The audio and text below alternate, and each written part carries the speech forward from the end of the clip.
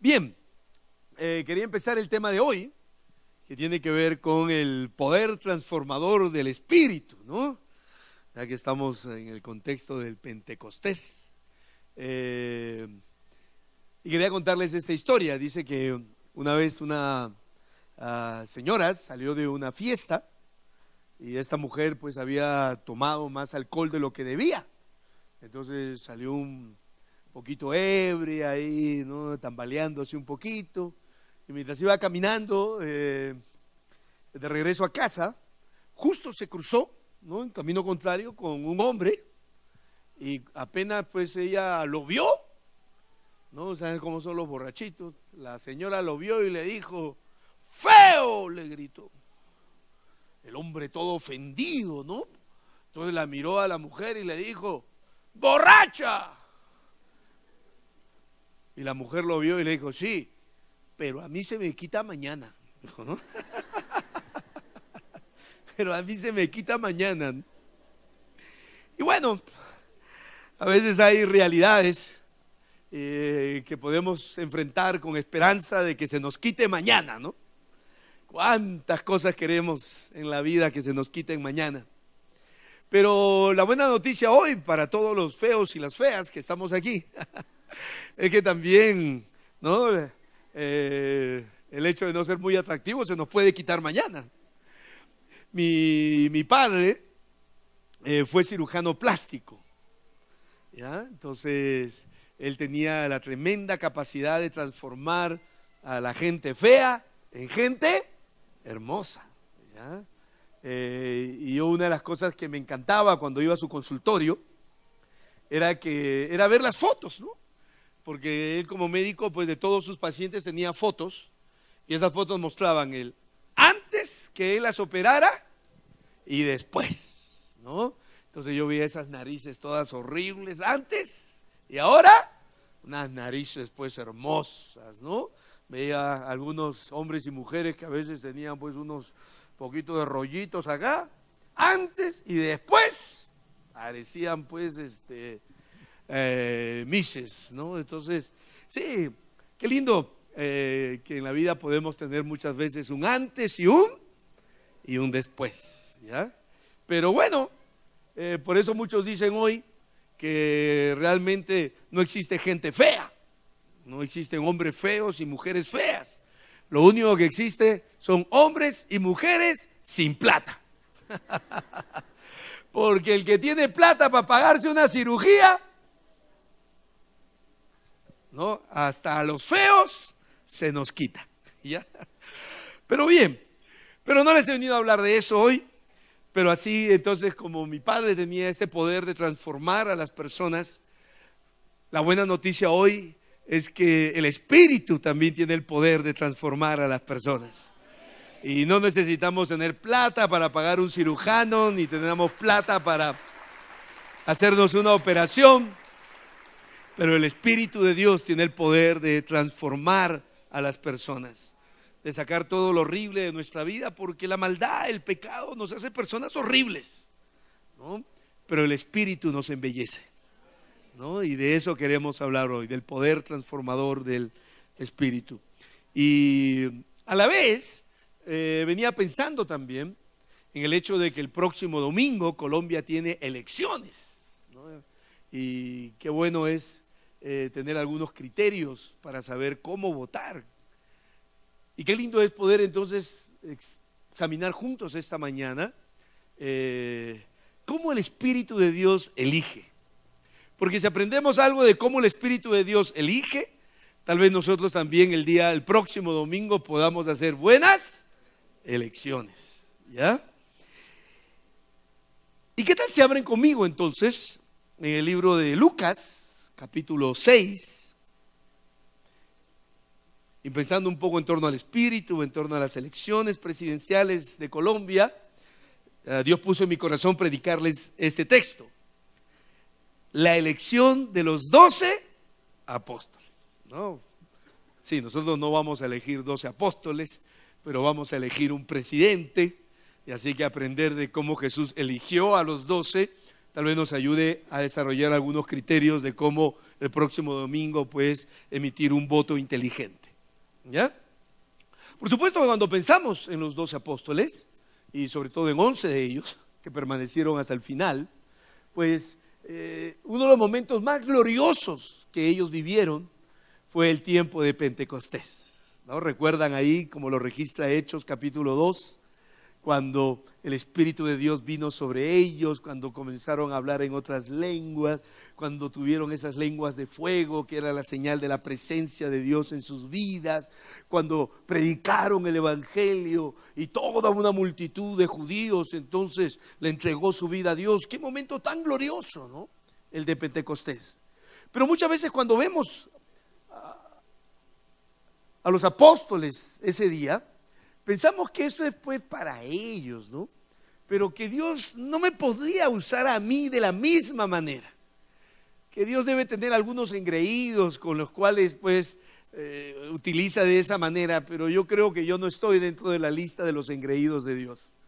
¿Ya? Y a mí me toca muchas veces mirarlo solamente a la distancia, pero pensar que yo también pueda vivir y ser usado por Dios de la misma manera en que fueron usados los apóstoles el día de Pentecostés, a veces nos parece algo pues ya inalcanzable.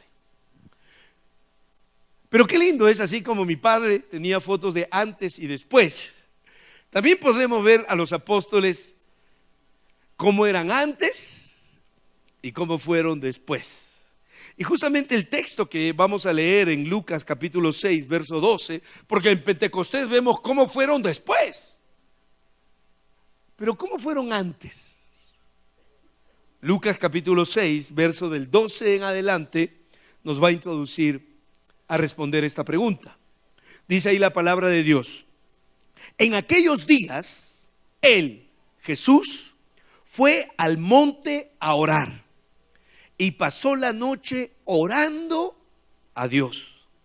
Y cuando era de día, llamó a sus discípulos y escogió o eligió a 12 de ellos, a los cuales también llamó apóstoles: a Simón, a quien también llamó Pedro, a Andrés su hermano, Jacobo y Juan, Felipe y Bartolomé, Mateo, Tomás, Jacobo hijo de Alfeo, Simón llamado Celote, Judas hermano de Jacobo y Judas Iscariote, que llegó a ser el traidor. Bueno, una de las primeras cosas que nos llama la atención es justamente cómo Lucas registra que Jesús subió a un monte y en ese monte pasó toda la noche orando a Dios. Miren, yo creo que Jesús, así como nosotros, tendría su vida de oración regular, su vida devocional regular. Yo no creo que Jesús, pues todas las noches de su vida, se pasó toda la noche orando. Eso sería deshumanizar a Jesús. Pero parece que el texto nos muestra que hay momentos en la vida de Jesús, como hay momentos en nuestras vidas, en que debemos prolongar, extender el tiempo que normalmente invertimos en oración. Y aquí encontramos uno de esos momentos. Jesús ahora tiene que orar, ¿cuánto tiempo? Toda la noche. Ahora, cuando uno se pregunta, ¿y qué llevó a Jesús a tener que orar toda la noche?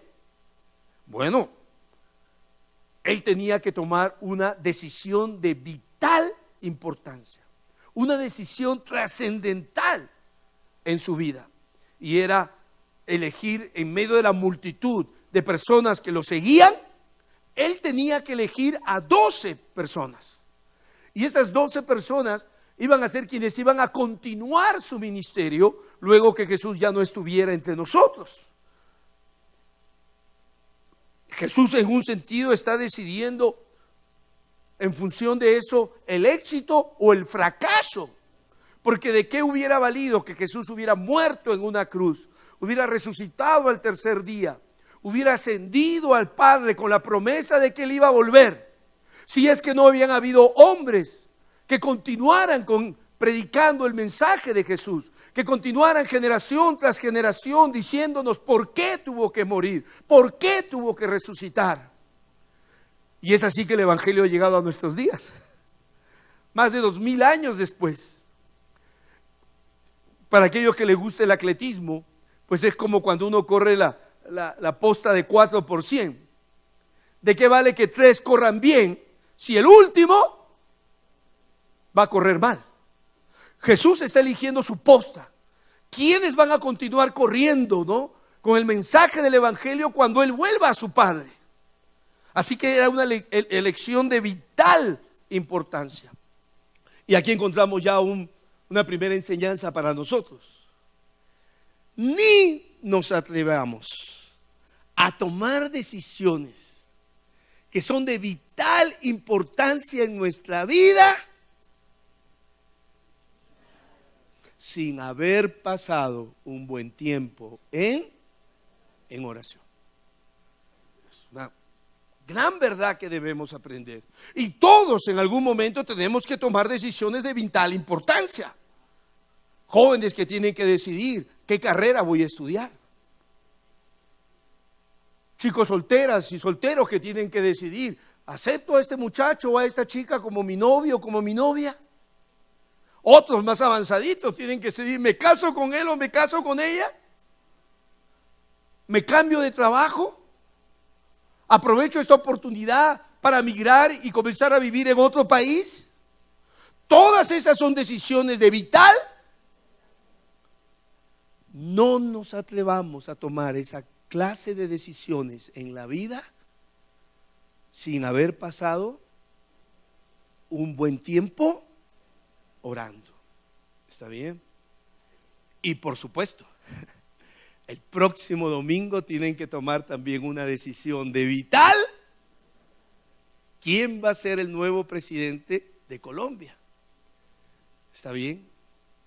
Y si esa es una decisión de vital importancia, no nos atrevamos a emitir nuestro voto.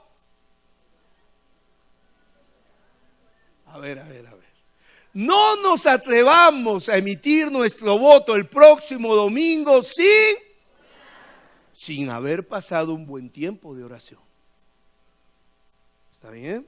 Es la mejor manera en que podemos prepararnos para votar. Miren, la coyuntura política de Colombia es complicada, ¿no? Y si es complicada para todos, es mucho más complicada para los cristianos. Y a veces yo me pregunto, bueno, si voy a orar para prepararme para votar y tomar una decisión de vital importancia para mi país, ¿cómo puede ser esta oración? ¿Qué tal si ahora que oran esta semana le dicen al Señor, Señor, ¿por quién debo votar?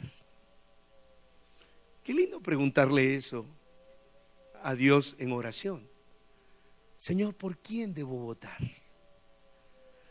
Tal vez una segunda forma en que podemos orar es decir, Señor Jesús, si tú vivieras en Colombia y fueras ciudadano colombiano,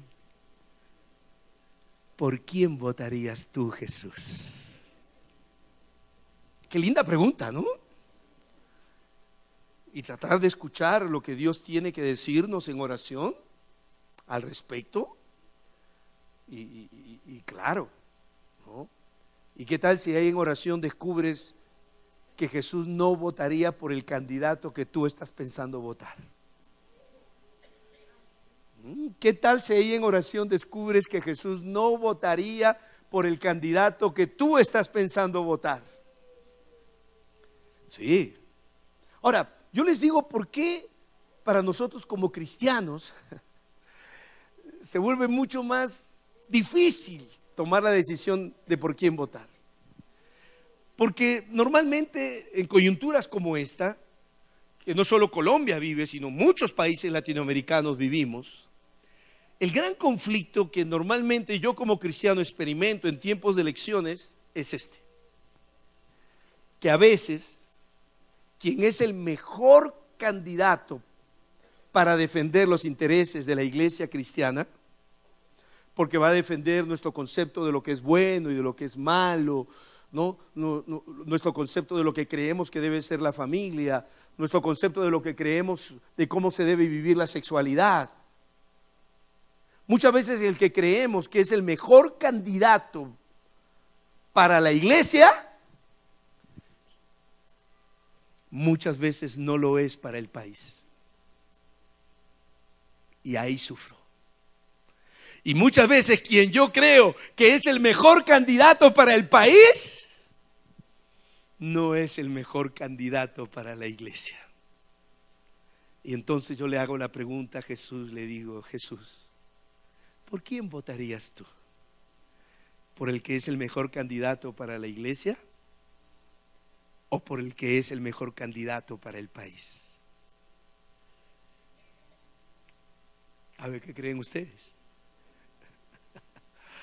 Es algo que cada uno, con libre conciencia delante de Dios, debe ser capaz de responder. Y cuando encuentre la respuesta a esta pregunta, has encontrado a la persona por la cual votar. ¿Ya? ¿Es fácil llegar a un discernimiento? ¿Cuánto le tomó a Jesús tener que orar para elegir 12 entre medio de una multitud? ¿Le tomó cuánto tiempo? Toda la noche. Así que probablemente encontrar esta respuesta en oración nos tome toda la noche. Así que si quieres emitir un buen voto el domingo, ten un buen tiempo de oración el sábado en la noche. Porque miren lo que dice el texto: en aquellos días él se fue al monte a orar y pasó la noche orando a Dios. Y cuando era de día, recién tomó la decisión de elegir. ¿Quieres elegir bien? Ora bien. ¿Quieres elegir bien? Ora bien. ¿Y cuántos de nosotros que nos llamamos cristianos emitimos nuestro voto sin haber orado absolutamente nada? Nos diferenciamos de los que nosotros decimos que no tienen una relación viva con Jesús. Nos diferenciamos de la manera en que vota una persona que no conoce al Señor como nosotros lo conocemos. Probablemente no. Llevemos el señorío de Cristo, aún a la hora de tener que decidir por quién debo votar. ¿Ok? Pero muy bien, si volvemos al relato, yo me pregunto: Señor Jesús, ¿pero por qué te tomó toda la noche tener que orar para decidir escoger a 12 hombres en medio de esa multitud de seguidores que tú tenías? Claro, para entenderlo hay que tratar de imaginarnos o trasladarnos a ese monte con Jesús esa noche. Y yo me imagino más o menos que pudo haber sido así. ¿Ya? Entonces Jesús está orando, es de noche, está en el monte, abajo al pie de la montaña, pues hay una gran cantidad de personas. Y Jesús ora y dice: Padre, llegó el momento. Ahora, en medio de esa multitud de personas que se llaman mis seguidores, tengo que elegir a 12 de ellos. Señor, por favor, muéstrame, revélame a quién debo elegir. No quiero elegir de acuerdo a criterios meramente humanos. Quiero que tú, oh Dios, me muestres a quién debo llamar, a quién debo escoger, a quién debo elegir. Y yo me imagino que mientras Jesús oraba, de repente vino una voz del cielo que dijo: llama a Simón, el que más adelante se llamó Pedro, ¿no? Y yo me imagino que cuando Jesús escuchó el nombre de Simón, dijo: Simón, Señor, en esa multitud de hombres hay miles que son mejores que él. ¿Cómo voy a llamar a Simón? ¿Acaso Dios, te has olvidado de cómo la gente llama a Simón? La gente llama a Simón que es como una caña que se dobla por donde el viento sopla. Es un hombre voluble, emocionalmente inestable. Un día quiere estar conmigo, otro día quiere regresar a Galilea a pescar. Un día me sigue, otro día no me sigue. Un día viene a la iglesia, otro día no viene a la iglesia. Un día ofrenda, otro día no ofrenda. Un día me quiere servir, otro día no quiere saber nada de mí. ¿Cómo voy a llamar a alguien tan inestable? Cuando yo voy a pedir que estos hombres sean capaces de dar su vida por mí. Pero Dios le dijo: llama a Simón, llama a Simón. Y Jesús dijo: bueno, Señor, porque tú me lo pides, lo voy a llamar, porque si fuera por mí, llamaría a otro. Y bueno, entonces en su lista escribió Simón. Y yo me imagino que Jesús siguió orando. Bueno, Señor, ¿y ahora? ¿Y ahora? ¿A quién más llamo? ¿A quién más elijo? Y de repente me imagino que vino la voz de Dios y le dijo: ahora llama a Juan. Y Jesús le dijo: ¿a quién, Señor? A Juan. Padre, tú eres mi padre, tú eres mi enemigo. ¿Cómo voy a llamar a Juan? ¿Qué pasa contigo, Señor? En esa multitud hay muchos que son mejores que Juan. No, además, ¿tú sabes cuál es el apodo de Juan? ¿Cómo lo llaman a Juan? Hijo del trueno, porque tiene un carácter.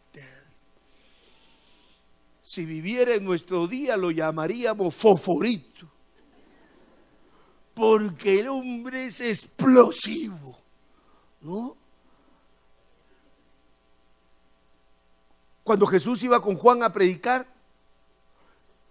y la gente que escuchaba a Jesús no se quería arrepentir de sus pecados, no quería creer en el evangelio, oiga, había que agarrarlo a Juan, porque Juan ya quería orar para que Dios hiciera ¿qué? Para que Dios mandara fuego del cielo y quemara a todos y destruyera a todos esos pecadores. Así era Juan. Y yo me imagino Jesús diciéndole: Señor, pero ¿cómo voy a llamar a alguien como Juan cuando yo voy a predicar de tu amor, de tu misericordia, de tu compasión? ¿Cómo voy a llamar a alguien que le llaman el hijo del trueno? Pero Dios le dijo: llama a Juan, llama a Juan. Y Jesús dijo: bueno, Señor, pero te recuerdo que en esa multitud hay muchos que son mejores que Juan, pero lo voy a llamar porque tú me lo has pedido, porque si fuera por mí, llamaría a otro. Y apuntó Jesús: Juan. Bueno, y él siguió orando, no tenemos tiempo para ver a todos en orden, pero me imagino que en algún momento Jesús dijo: bueno, Padre, ¿y ahora? ¿A quién llamo? ¿A quién escojo? No, revélame cuál es el siguiente. Y me imagino el momento en que viene la voz de Dios y dice: ahora llama a Tomás. No, ahora ha dicho Jesús: Señor, ¿cómo voy a llamar a Tomás? Si ese hombre vive en una crisis existencial permanente, no sabe si pienso, luego existo, luego pienso. No sabe si esta es su derecha, su izquierda, de todo duda, todo pregunta, todo cuestiona. ¿Cómo voy a llamar a alguien así? Si yo voy a pedir que estos hombres tengan convicción de que estén seguros de lo que creen, ¿cómo voy a llamar a un hombre, no? Ustedes saben que, no sé si han oído hablar de lo que muchos conocen, el sueño de Tomás. Dice que un día Tomás estaba dormido y tuvo un sueño. Y él soñó que era una mariposa. No un mariposón, una mariposa. No sean mal pensados, por favor. ¿Ah? Soñó que era una mariposa. Y cuando despertó, estaba en una duda terrible. Porque no sabía si era un hombre que había soñado que era una mariposa, o era una mariposa que estaba soñando que era un hombre. Así era Tomás, ¿no? Entonces Jesús dijo: Señor, ¿cómo voy a llamar a alguien así? Pero Dios le dijo: pero Jesús, ¿para qué oras pues si finalmente no vas a hacer lo que yo te digo? ¿No? Así que Jesús dijo: bueno, Señor, ya, si tú dices que lo llame, lo llamaré. Pero te recuerdo, en esa multitud que está abajo, hay muchos que son mejores que Pedro, que Juan y que Tomás. Y bueno, me imagino que así siguió hasta que llegó el momento del último.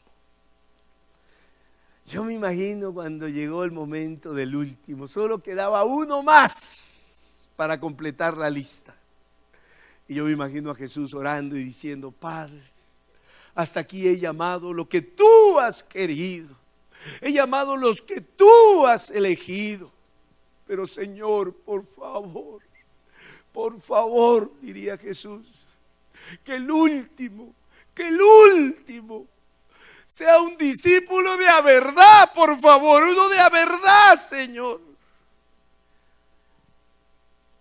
Y en eso viene la voz de Dios y le dice: ¿quieres uno de a verdad? Ahí va. Ahora llama.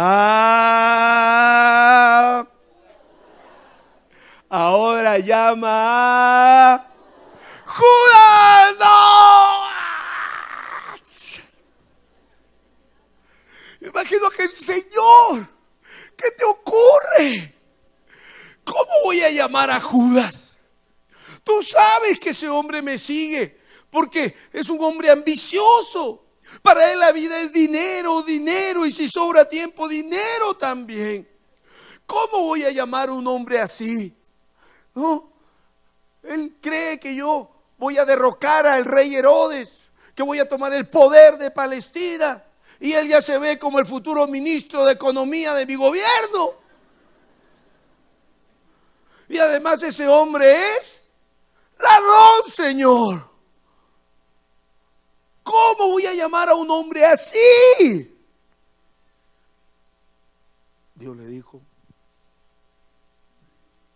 tú fuiste el que oraste, pues.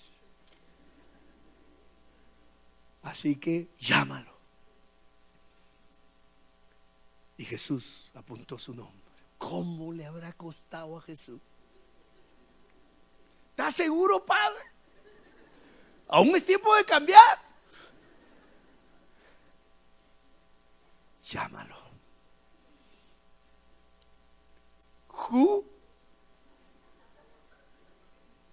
Padre, ¿estás seguro? Judas. Y con él se cerró la lista de los 12. Ahora, por supuesto que este es un texto que nos llena de mucha esperanza, de mucha esperanza, ¿no? Porque estos hombres solamente pudieron haber sido llamados en oración. Si hubieran sido vistos a partir solamente de criterios de capacidades humanas, experiencia humana, prácticas religiosas, miren, ninguno de ellos hubiera sido elegido. Y ya pueden entender entonces por qué a Jesús le tomó toda la noche tener que orar para elegir a esos 12 hombres, ¿no? Pero la gran verdad de este relato, lo lindo de esta verdad es que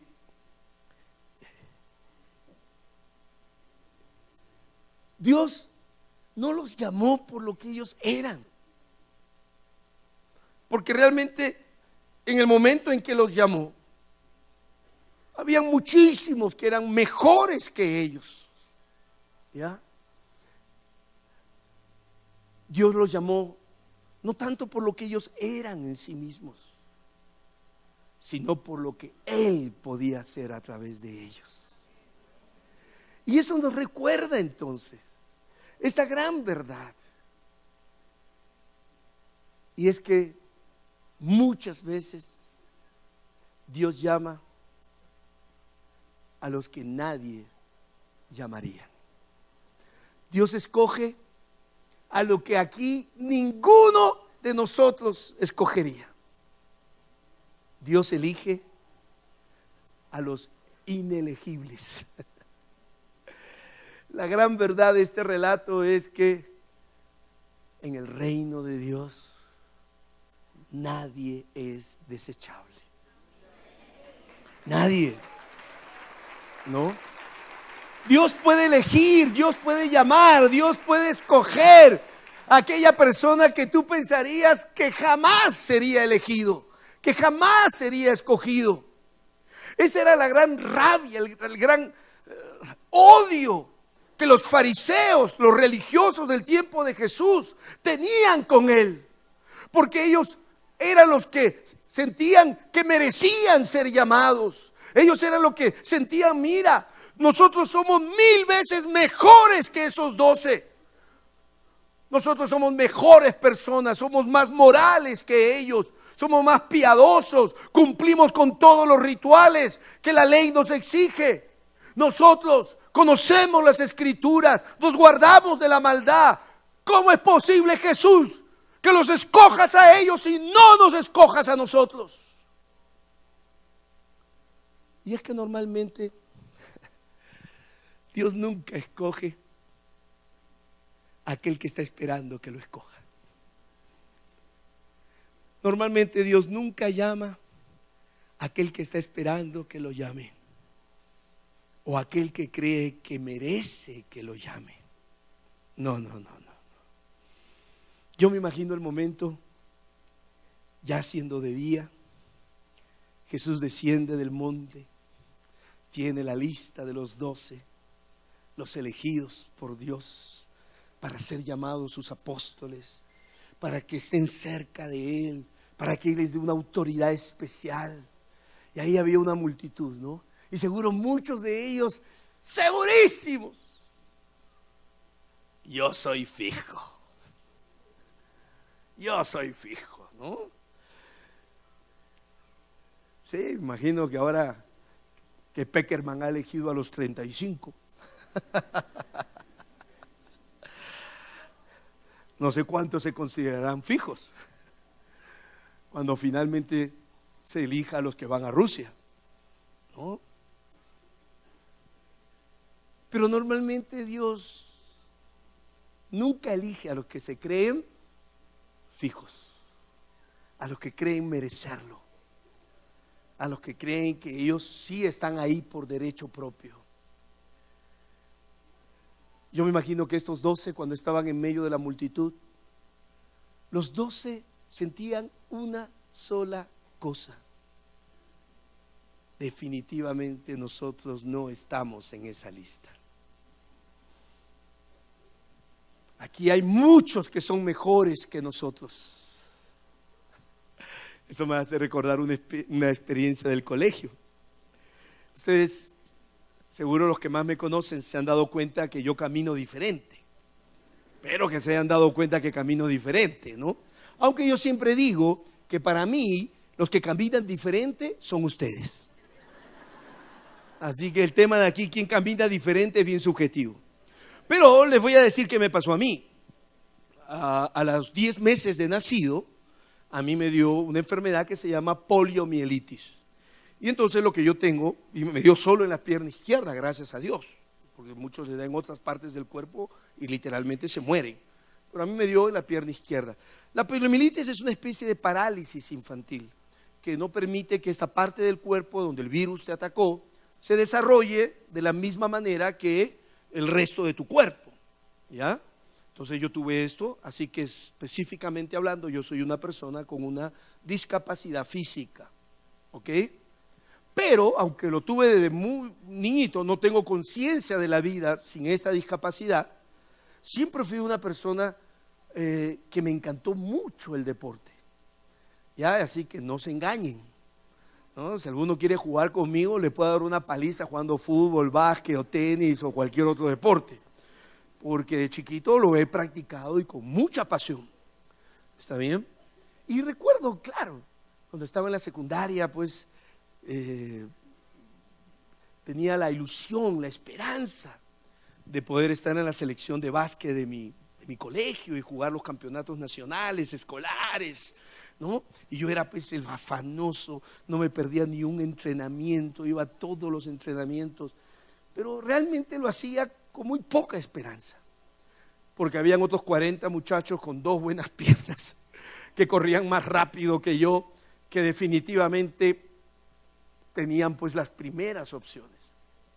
Pero bueno, el solo hecho de estar entrenando ya a mí me hacía feliz, ¿ok? Aunque no tenía mayores esperanzas. Y recuerdo cuando llegó el momento entonces en que el entrenador tenía que elegir a los 12 seleccionados, ¿no? Entonces yo ya estaba ya por irme, pues, porque definitivamente que iba a poder estar ahí, ¿no? Y bueno, al final me quedé para saber finalmente quiénes de mis amigos habían sido elegidos, ¿ok? Y entonces el primero, el 1, el 2, el 3, el 4, los nombres. Y yo siempre digo, este es el día que me sentí como Judas. Este es el día que me sentí como Judas. Porque claro, ya llegaba el 9º, el 10º. No, le dije, yo ya me voy, ¿no? Yo ya me voy. Entonces ya agarraba mi maletín para ir a los camerines a bañarme, ¿no? Y de repente ya estoy caminando y llega el 12º, el último. Y el entrenador dice, yo estaba, ¡Chian! ¿Yo? Sí, tú. Y para mí fue una sorpresa. Oye, los que no fueron elegidos querían matar al entrenador. Oye, pero ¿cómo vas a escoger a este cojito? ¿Qué te pasa? Yo tengo más derecho de estar ahí. Corro más rápido que él. ¿Cómo vas a llamarlo a él y no nos vas a llamar a nosotros? Sinceramente nunca supe por qué el entrenador me llamó. ¿Ya? Será, no sé, ¿no es cierto? Porque quería darle oportunidad a los discapacitados. Será por lástima, compasión. Ahora, por supuesto, que siempre fui suplente. Yo era el que entraba a la competencia ya cuando el partido estaba o ganado o perdido. No, o sea, yo entraba al final, ya los últimos minutos. No, pero es solo estar con el uniforme de mi colegio, estar sentado en la banca, sintiendo que habían otros 30 que hubieran querido estar ahí. O sea, yo me sentía agradecido, sorprendido de eso. Y yo creo que así se sintieron estos 12 hombres. Cuando cada uno escuchó su nombre, ser llamado en medio de esa multitud, ninguno sentía que merecía estar ahí. Ninguno sentía. Y yo te quiero decir algo. Tal vez hay personas aquí hoy que se sienten así. Que tú dirías, mira, si Jesús estuviera aquí y en medio de todos nosotros tuviera que elegir a 12. Hay muchos aquí que dirían, no tengo ningún chance. Dios conoce mi vida. Dios sabe cuántas veces le he fallado. Dios conoce mi inconsistencia. No, yo conozco en esta iglesia muchos que merecen estar en esa lista. Yo no. Si tú dices, yo no, tengo buenas noticias que darse. Vas primero en la lista. Vas primero en la lista.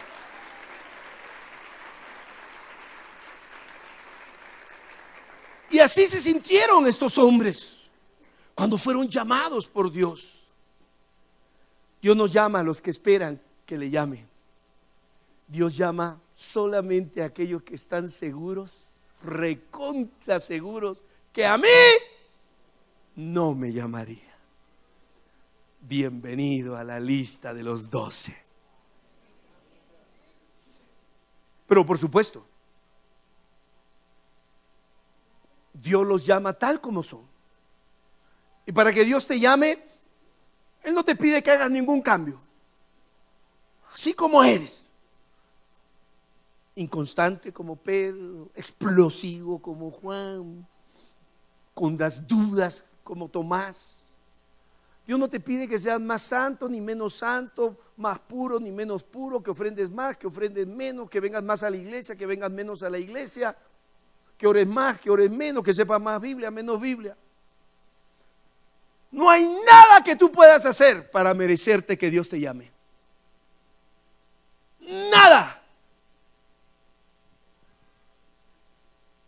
Pero, aunque Dios nos llama tal como somos, nunca nos deja tal como nos llamó.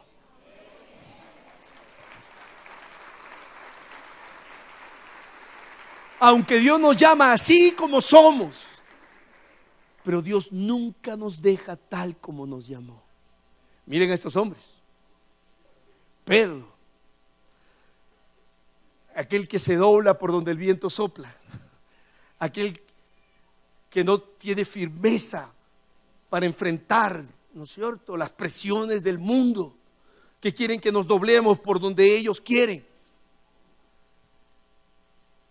Miren cómo este Dios que lo llamó, lo transformó. Y según las mejores tradiciones, al final de sus días, Pedro fue sentenciado a muerte. Y a que muera de la misma manera en que murió Jesús, crucificado. Las tradiciones dicen que lo único que Pedro pidió cuando fue sentenciado a muerte es que él no se siente digno de morir como murió su maestro. Y lo único que él pidió es que lo crucifiquen, pero que lo crucifiquen boca abajo. Y dice que así este Pedro terminó sus días. ¿Sí? Ese que se doblaba por donde el viento sopla, ese que pudiéndose escapar de la persecución en Roma, decidió no salir de ahí y mantenerse firme hasta el final. Ese que al final de sus días no se dobló ante el poderoso imperio romano y se mantuvo firme, afirmando que el único Señor de la historia es Jesucristo y no el César que está sentado en el palacio. Esta es la foto del antes. Pero Dios tiene una foto reservada para ti. El después del Espíritu. Dios lo llamó como Él era, pero no lo dejó así. Juan, el hijo del trueno, es que cuando nadie se convertía estaba orando para que Dios mande fuego como Elías. Terminó convirtiéndose en el apóstol del amor. Dice la tradición que Juan fue el que vivió Asia y murió de anciano, y que cuando él visitaba las iglesias de Asia era tan viejito, ¿no?, que cuando lo subían al púlpito entre dos lo tenían que agarrar. Y por supuesto, en ese tiempo Juan se volvería el predicador favorito de todos. ¿Saben por qué? Porque su mensaje duraba 1 minuto. Qué lindo tener predicadores que predican solo 1 minuto. Qué felices seríamos todos aquí. Y sí, cuando Juan ya anciano lo subían, mire, ese que era el hijo del trueno, que oraba para que Dios fulminara, destruyera a los pecadores. Ya siendo anciano, se subía al púlpito y lo único que decía es: hermanos, amaos los unos a los otros, porque Dios es amor. Punto. Se acabó el sermón. Eso era todo lo que él predicaba, ¿no? Y si tú decías: no, apóstol Juan, pero predica un poquito más, volvía y se paraba y decía: amaos los unos a los otros, porque Dios es amor. Eso era todo. El hijo del trueno terminó recostando su pecho, su cabeza frente al pecho de Jesús, ahí en la última cena.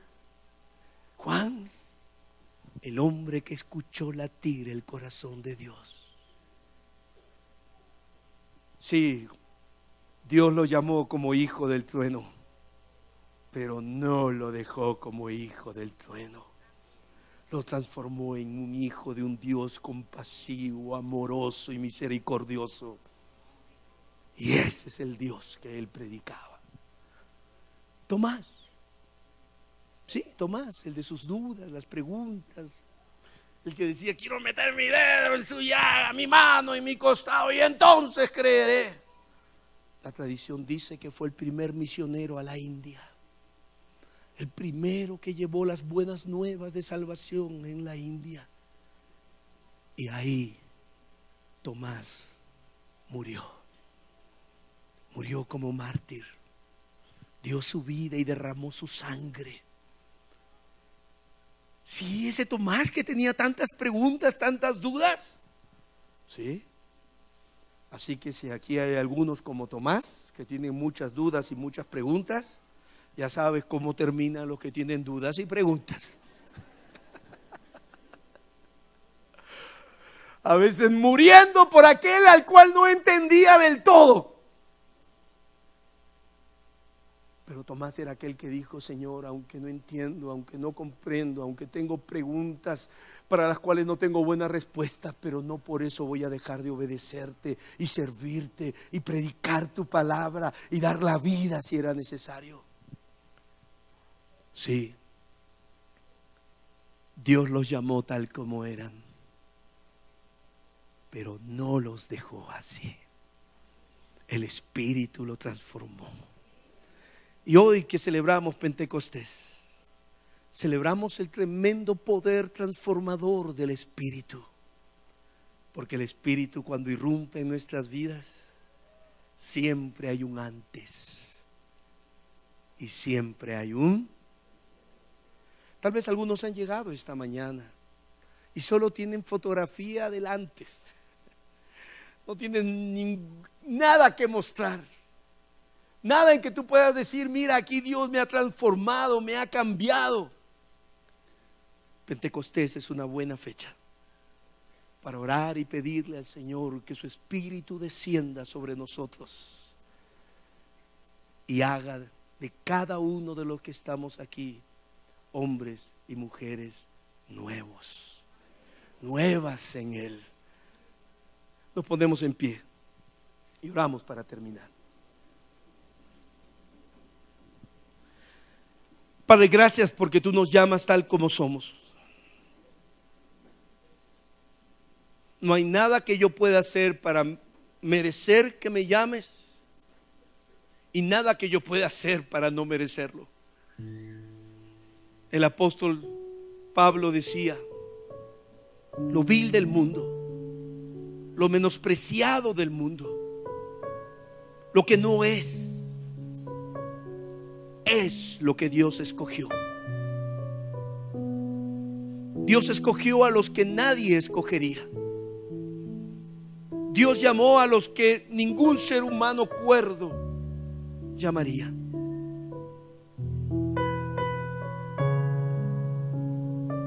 Padre, qué bueno es saber que si tú estuvieras aquí y tuvieras que elegir nuevamente a 12, no lo dudes, te llamaría a ti. Escucharía su nombre desde este lugar. Tú no lo podrías creer. A mí me ha llamado a mí, el más indigno entre todos aquí, el más pecador entre todos aquí, el más malo, el más perverso. Para Dios nadie es desechable. Pero aunque Dios te llama tal como eres, el Espíritu de Dios nunca te va a dejar así. Y hay algunos en esta mañana que seguro se identifican con Simón. Señor, tú sabes que soy tan inconstante. Padre, me doblo frente a los vientos de este mundo, frente al viento del poder, frente al viento del dinero, frente al viento de la sexualidad, frente al viento de la maldad. No puedo permanecer firme, Señor. Soy tan inconstante. Me doblo con tanta facilidad. Pero Padre, si pudiste cambiar la vida de Pedro, cambia la mía hoy.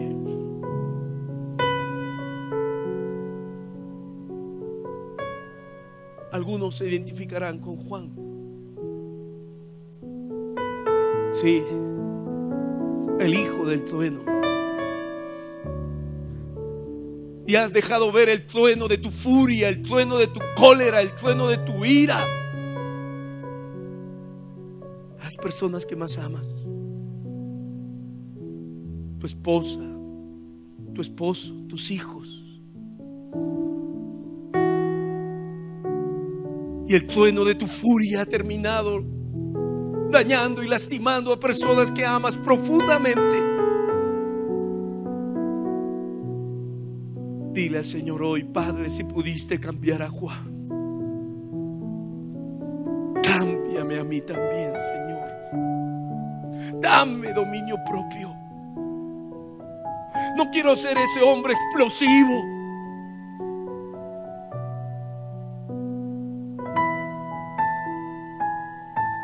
Algunos aquí se identificarán con Tomás.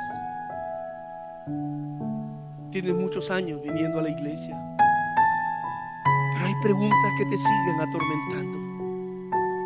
¿Realmente existirá Dios? ¿Será la Biblia un libro diferente? ¿Realmente será palabra de Dios? ¿Habrá resucitado Jesús?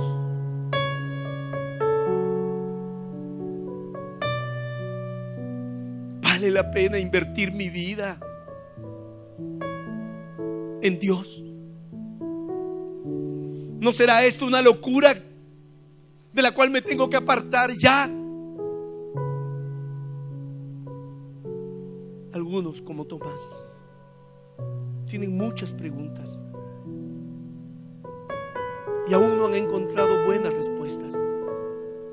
Pero Señor, si tú le permitiste a Tomás, aún con sus preguntas, amarte, obedecerte y servirte con todas las fuerzas de su corazón, haz lo mismo en mí, Señor. No te pido que te lleves mis preguntas, mis dudas, pero te pido que me permitas amarte aún a pesar de ellas. Oh Espíritu de Dios, derrámate sobre nosotros hoy. No nos dejes como nos llamaste. Transfórmanos, cámbianos. Y gracias, Jesús, que por tu muerte en la cruz, hoy tu Espíritu puede descender sobre hombres y mujeres pecadores como nosotros. A pesar que tu Espíritu es un Espíritu Santo y nosotros, gente pecadora. Por tu muerte, Cristo, la santidad del Espíritu hoy no desciende para fulminarnos ni destruirnos, sino tu Espíritu, que es santo, desciende para transformarnos y haciéndonos santos como Él. Que esto sea una realidad en la vida de cada uno aquí hoy. Y te damos a ti la gloria, la honra y el poder. para ti, oh Dios. Nadie es desechable. Nadie. Y esa es la sorpresa de tu gracia. En tu nombre oramos, buen Jesús. En tu nombre. Y como pueblo de Dios decimos amén, amén y amén. Nuestra manera de ser, nuestra manera de reaccionar, nuestra manera de responder, nuestra manera de hablar. Espíritu Santo, gracias por elegirnos tal y como somos. Pero por favor, no nos dejes igual. Cámbianos, que en nuestra vida también haya un antes y un después. Señor, yo te pido por cada uno de tus hijos. Tú sabes cuál es la necesidad que cada uno de ellos trae en este día a este lugar. Tú sabes cuál es la necesidad de aquellos que nos siguen a través de este canal de YouTube. Señor, yo te pido que pongas tu mano sobre aquellos que en este día están afectados por alguna enfermedad o por alguna dolencia. Señor, creemos que por tu llaga hemos sido sanados. Sanados no solo del cuerpo, sanados de nuestra vida emocional y espiritual. Señor, obra en aquel hogar que está pasando por alguna crisis. Trae restauración, trae cambio. Que para ese matrimonio, que para esa familia también haya un después. Señor, obra en aquellos que están afectados por la economía, que están afectados por deudas, que están afectados por desempleo. Señor, abre los cielos y derrama bendición sobre tu pueblo. Señor, sé propicio a la necesidad de tus hijos. Permite que esta semana sea una semana de bendición para tu pueblo. Que en verdad como cristianos tomemos en serio la responsabilidad de orar por este país. Y que el domingo al ir a la urna tomemos la decisión después de orar, Señor. Sabemos que no importa el hombre que quede allí, tú seguirás siendo Dios de este país. Tú seguirás siendo Dios de Colombia. Señor, yo te pido que lleves en paz a tus hijos. En esta semana abre puertas de bendición y cierra toda puerta de peligro. Guarda a tus hijos, escóndelos en el hueco de tu mano. La gracia de nuestro Señor Jesucristo, el amor de Dios nuestro Padre y la comunión del Espíritu Santo sea sobre cada uno de ustedes. Y con gozo todos decimos amén y amén.